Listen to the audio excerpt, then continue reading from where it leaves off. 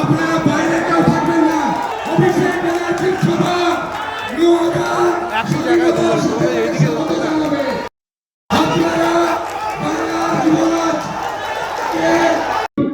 সবাই এক জায়গায় একত্রিত হচ্ছে এই হাই স্কুলের মাঠে।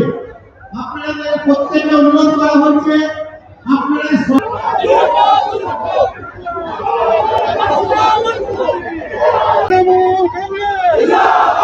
তৃণমূল কংগ্রেস